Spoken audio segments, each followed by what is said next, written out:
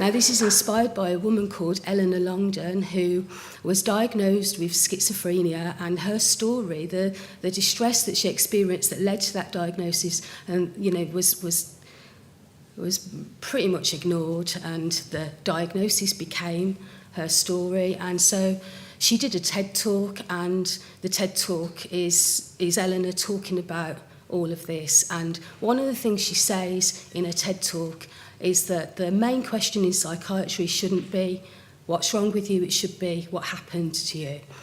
And my poem is called I'm With Her. So I'm with her, like not on the fence, because surely mental health is linked to experience, so often a direct consequence of trauma, of oppression. I don't know about you, but I'm getting the impression that we've been tricked, like really good and proper, into feeling, believing that these problems tell us, about who we are, rather than what it was that actually carved the scar. You see, we're fooled into thinking that it's about biology, physiology, intrinsic to identity. They tell us that it's in our genes, instead of being in the scenes of what happened to us that play out on repeat sometimes. You know, the ones we don't mention too much. Our great-grandmothers were locked away, incarcerated, left to decay, sometimes shackled with metal vices, while slices of their brains were cut out to exercise the threat. And yet this meant that sometimes they forgot the horrors, but it also meant that sometimes they forgot their names. And our grandmothers, it's not going to come as a huge surprise that many of our grandmothers were tranquilised, pretty much sedated, and this equated to a kind of half-life, often for their entire life. And when this didn't quite sort them out, make them sane, they may well have been strapped down whilst electricity was shot into their brain. And our mothers were flooded with old-school antidepressants and mass unnecessary womb extractions and reactions to instant hormones that, for some, meant a detour around a midlife rite of passage that may have brought them home. And as for our sisters and as for ourselves, well, we are labelled and medicated, disorders allocated, often accumulated, because there's no shortage of diagnostic criteria to explain any deliria or otherwise. Honestly, you'd be surprised. There's a disorder for everyone. What, you haven't been diagnosed yet? You just haven't been in the wrong place, saying the wrong thing to the wrong person at the wrong time. Arbitrary luck, nothing else. There is a disorder for everyone. They're in the book, it's the DSM-5, it's the place from where they all derive, hundreds of them, all squashed in, all planned, because supply and demand doesn't work too well without the demand bit. So our disorder has to fit, and we need the pills to cure it, to cure us, be our defence, chemical compounds of modern science that conveniently turn off or tone down our emotions, our feelings, whilst pharmaceuticals are profiting so much, they're wheeling and are dealing with governments, creating policy.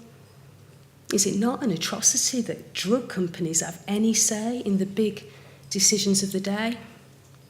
And I know, I get it, I'm ranting now.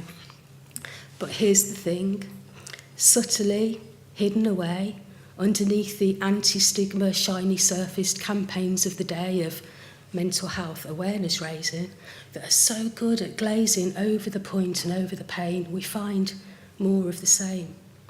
Hidden away is more of the same, and excuse the pun, but this is sending me insane, because now even the good ones are having a try, you know, the likes of Ruby Wax and good old Stephen Fry, sadly still perpetuating the same old toxic lies and generally doing a great job of using celebrity status to pathologise.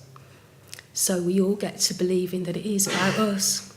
They say mental health is like physical health, and alongside that, invariably, a belief that it's part of identity, part of me, the heart of me that's here to stay, not going away, needs to be managed, contained, needs to be chemically explained. So we really need a rethink, and it's definitely time to change. Because otherwise, precisely nothing is being rearranged, and we'll see a continuation of the same old shit.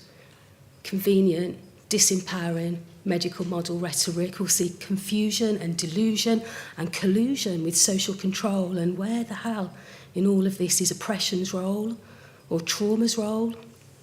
It's not getting a look in, let alone being explored, so all of our stories join the millions of others that have been conveniently ignored because trauma can't be relevant. It's too much of a threat to the general scheme of things. Instead, we should forget about what's happened and put it down to genes, to chemical chaos, predisposition, the biological machine. You know, Eleanor Longden, she was never, ever asked about anything that had happened to her or any of her past. They just said she had an illness, a kind of broken brain, and that this explained the voices and the corresponding pain. So diagnosed with schizophrenia and written off as a hopeless case. And yeah, you may be thinking this is an absolute disgrace, but it's really no exception. It's happening every day, and it's time to change the script now and find another way. And in Eleanor's amazing TED Talk, she says, the main question shouldn't be what's wrong with you, it should be what happened to you.